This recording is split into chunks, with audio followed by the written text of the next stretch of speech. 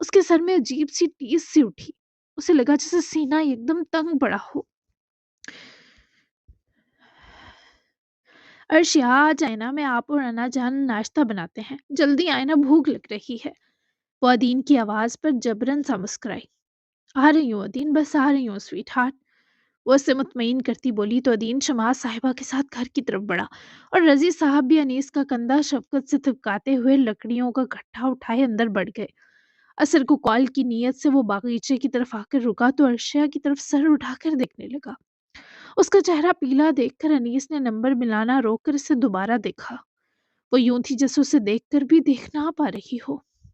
کیا ہوا ہے؟ چہرہ پیلا کیوں ہو رہا ہے تمہارا؟ اس کی حالت بھام گیا تھا، وہ سہم کر چونکی جو انیس کو زیادہ ڈرا گیا۔ نہیں ہے پیلا، بس غصہ ہوں میں۔ میرے ننھی نانو سے کیوں چپک رہے تھے تم؟ وہ دونوں میرے ہیں سمجھے؟ وہ خود کو بہتر دکھاتے غصے سے گھوری تو وہ 2 قدم اٹھاتا قریب آ رکا۔ اب اسے گردن اٹھانی پڑ رہی تھی۔ میں بھی تو تمہارا ہوں، اچھے ہیں وہ دونوں، ان کی صحبت میں اطمینان ہے، وہ بے غرض اور ریاکاری سے پاک روحیں ہیں۔ تم ان پر گئی ہو کیا؟ وہ اپنے توازن کے لیے جب ریلنگ مزید زور سے جکڑ کر سنبھلی تو انیس نے وہیں دائیں طرف بنے اوپر جانے والے سیڑھیوں کے سٹیپس کچھ ہی لمحوں میں پھلانگے اور اس تک پہنچا ہی۔ جب وہ پلٹ کر اسے دیکھتے لڑکھڑائی، مگر انیس تھا اسے ایک بار پھر سنبھالنے کو۔ اس کے سینے ڈھہ گئی کہ نرم سی مدھم روشنی میں دھیرے دھیرے نہاتی سحر انیس کو مزید تاریک لگی جب اس نے ارشیا کا وجود کچھ لمحے بے جان محسوس کیا۔ کیا ہوا ہے کارا؟ دیکھو میری طرف، نظر آ رہا ہوں۔ اس کا جبڑے سے چہرہ ہولڈ کرتا اوپر اٹھائے اس کی آنکھوں سے آنکھیں ملائے بولا۔ اسے محسوس ہوا وہ سن اور دیکھ نہیں پا رہی۔ کارا یہ کیا ہے؟ وہ اس بے جان کیفیت میں بھی اس لفظ پر ٹھڑکی۔ عزیز کو کہتے ہیں، اپنے سہارے کھڑی ہو، کیا ہوا تھا؟ بتاؤ مجھے، کہیں درد ہے؟ کوئی پریشانی، کوئی ٹینشن؟ تمہارا چہرہ سفید کیوں ہے؟ وہ اس کے سہارے کو لیتی سنبھل کر کھڑی ہوتی انیس سے دور ہوئی۔ بس تم سے ہوا ہوں اور کچھ نہیں ہوا، وہ منہ پھیر کر بولی تو انیس نے اس کی بازو پکڑ کر اپنی جانب گھمایا۔ اس کا تعلق تمہارے ماضی سے ہے، تمہیں کسی نے اندھیری جگہ بند کیا تھا، بولو کس نے کی یہ جرت؟ اس کے ہاتھ کو پکڑ کر جھٹک گئی۔ میرے ماضی میں تب تک دلچسپی مت لینا جب تک تم مجھ پر اپنا حال واضح نہ کر دو انیس، تب تک تمہیں ایسے سوالوں کو کرنے کی اجازت نہیں دے رہی۔ وہ بھڑک اٹھی تھی، ضد کر رہی تھی اور اس کی ضد جائز بھی تھی۔ میرا حال کیا تم پر واضح نہیں ماحق؟ وہ اس کے ان عجیب و غریب ناموں پر شدید برا چڑھ گئی۔ اب یہ ماحق گاہک کیا ہے انیس؟ اس طرح مجھے چرس کے خفیہ ناموں سے پکارنا بند کرو ورنہ کچھ اٹھا کر تمہارے سر پر مار دوں گی۔ وہ اس کے غصے پر مر مٹنے والا تھا۔ اتنی پیاری اگر وہ غصہ کرتے لگتی رہتی تو انیس اسے کبھی غصے سے دور نہ کر پاتا۔ جیسا تم کہو لوما، وہ آنکھوں کی حدود تک بولتے ہوئے مسکرایا اور باخودہ اس کی شربتی مسکراتی آنکھیں ارشیا کے ہر درد کی دوا ثابت ہوئیں۔ اب یہ لما کیا ہے انیس؟ کیوں تم مجھے ستا رہے ہو؟ اس بار وہ سچ میں لڑتے تھک گئی تو اس کی آواز شکوہ کرتی کرچیوں میں بدلی۔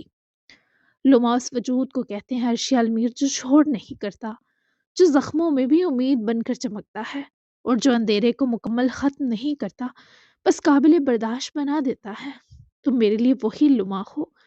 وہ اس پر یہ کیسے کھول دیتا؟ یوں تو وہ انیس کی محبت ہونے کے رشک میں ہواؤں میں اڑنے لگتی۔ جب وہ زمین ذات تھا تو اس لڑکی کو کیسے ہواؤں کے سپرد کرتا؟ تبھی اس کی گال محبت سے چھو کر انگلیوں سے سہلاتے بس اپنے دل کے اندر ہی اعتراف کر گیا۔ کچھ نہیں، بس تم پر سجدہ ایک معصوم سا نام ہے، سکون میں رہا کرو۔ میں اثر کو کال کر کے تم سب کو ناشتہ بنانے میں جوائن کرتا ہوں، تم بھی جاؤ نیچے۔ وہ مسکراتا ہوا اسے اچھے سے خوشی سے سانس بھرتا دیکھے سیڑھیوں کے سٹیپس اترتا نیچے گیا تو ارشیا نے اپنا کارڈیگن کی جیب میں رکھا فون نکالتے آن کیا، پھر سرچ بار میں لما لکھ کر اس کا مطلب تلاشا۔ وہ عربک نام تھا جس کا مطلب دیکھ کر اسے پتہ بھی نہ چلا وہ کب مسکرا دی۔ کتنی خوبصورتی سے وہ چھپا جاتا ہے کہ کتنی شدید محبت کرنے لگا ہے مجھ سے۔ مشکل ہو رہا ہے تم پر غصہ ہونا مزید، لیکن آج تمہیں وہ جلی کٹی سناؤں گی کہ تمہاری سوچ ہے۔ وہ سکون میں آتی مسکرائی اور اندر چلی گئی جبکہ انیس نے اسے جاتے اوجل ہوتے دیکھا۔ وہ منظر جو سونے چاندی سے چمک رہے تھے بس اس کے اوجل ہوتے ہی پتل کے ہو گئے۔ مجھے ڈر ہے تم ایسے شخص سے انس نہ باندھ لو جو کبھی بھی تمہیں چھوڑ جائے گا ارشیا، لوگوں کو زندگی کا بھروسہ نہیں ہوتا، مگر مجھے نہ زندگی کا ہے نہ موت کا۔ تمہیں خود سے بھر کر حالی کر دینے سے بہتر ہے میں تمہیں خود سے حالی ہی رہنے دوں۔ یہ گناہ ہے کہ اپنی محبت کو خود سے اور خود کو ہر چاہت سے محروم رکھنا، لیکن یہ پسندیدہ گناہ ہے میرا، میری لما۔ وہ اس کے جا چکے سراپے کو اب بھی وہیں بالکنی میں کھڑا محسوس کیے تھکا سا بولتے مسکرایا۔ وہ جانتا تھا اگر اسے کبھی اللہ نے اولاد دی تو اس کا بیٹا اس بیماری سے محفوظ ہوگا، مگر اس کی بیٹی اس درد کو اپنے خون میں اٹھائے پھرے گی، بغیر بیمار ہوئے مگر اس بیماری کو آگے پھیلانے والی کیریئر بنے گی، کیونکہ بیٹے اس بیماری میں کیریئر نہیں بنتے اور محفوظ ہوتے ہیں، جس سے خود ہمراہ بھی ایک ہیموفیلیا کیریئر تھی، کیونکہ ان کے بابا بھی ہیموفیلک تھے، اور تبھی ہمراہ نے یہ بیماری انیس میں منتقل کی، لیکن ادین اللہ کے کرم سے بچ گیا، شاید پریمیچور ڈیلیوری کے سبب، یا پھر اس کا مقدر ہی محفوظ رہنا تھا۔ وہ اپنی اولاد خاص کر بیٹی کو اس تکلیف سے مر کر بھی نہیں گزار سکتا تھا، اس لیے وہ اس کہانی کو بس محبت تک دیکھ رہا تھا، کیونکہ یہ تو وہ نہیں جانتا تھا کہ کل کو اس کی اولاد بیٹا ہوگی یا بیٹی۔ انیس نے گہرا پرسکون سانس لیتے گارڈن ایریا میں رکتے اثر کو کال ملائی۔ وہ اسی پوزیشن میں سوئے ہوئے تھے، ان دو کی نیند پر منظر تک مدہوش تھے، مگر پھر اثر کے بجتے فون نے اس سمیت سوئی فجر کی نیند میں بھی بری طرح خلل ڈال دیا۔ جی جناب، تو کیسی لگی آج کی سویٹسٹ ایپیسوڈ؟ مزے کی لگی ہوگی، پسند آئی ہوگی، تو اسی لحاظ سے پیارا سا تبصرہ بھی ٹھوکتے جائیں۔ ملتے ہیں نیکسٹ ایپیسوڈ میں جو اس سے بھی زیادہ پیاری ہوگی، تب تک کے لیے اللہ حافظ، دعاؤں میں یاد رکھیے گا۔ Bye bye.